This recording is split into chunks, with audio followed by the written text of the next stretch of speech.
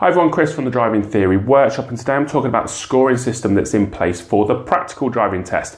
Now, there is many different categories on the form and they are scored as either a driver fault or minor fault, or a major fault, which is a serious or dangerous fault. You are allowed 15 minor faults, and on the 16th minor fault you will fail. You are not allowed any serious faults or dangerous faults, so they are majors.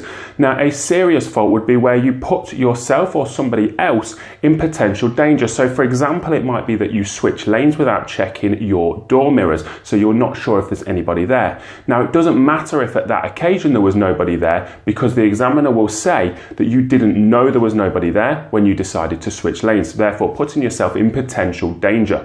Therefore, that would result in a major fault and a fail. A dangerous fault is where you put yourself or somebody else in actual danger, where the examiner may have to grab the steering wheel, they may have to press on the foot brake to stop you from hitting whatever it is that you were going to hit or putting yourself in danger. Again, would result in an immediate fail to the test.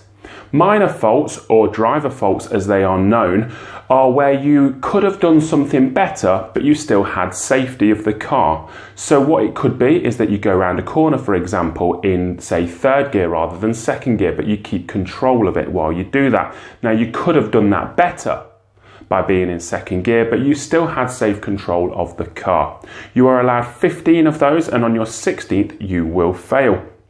So by keeping the sheet clean and keeping away from the majors, that is how you're going to get the pass that you truly deserve.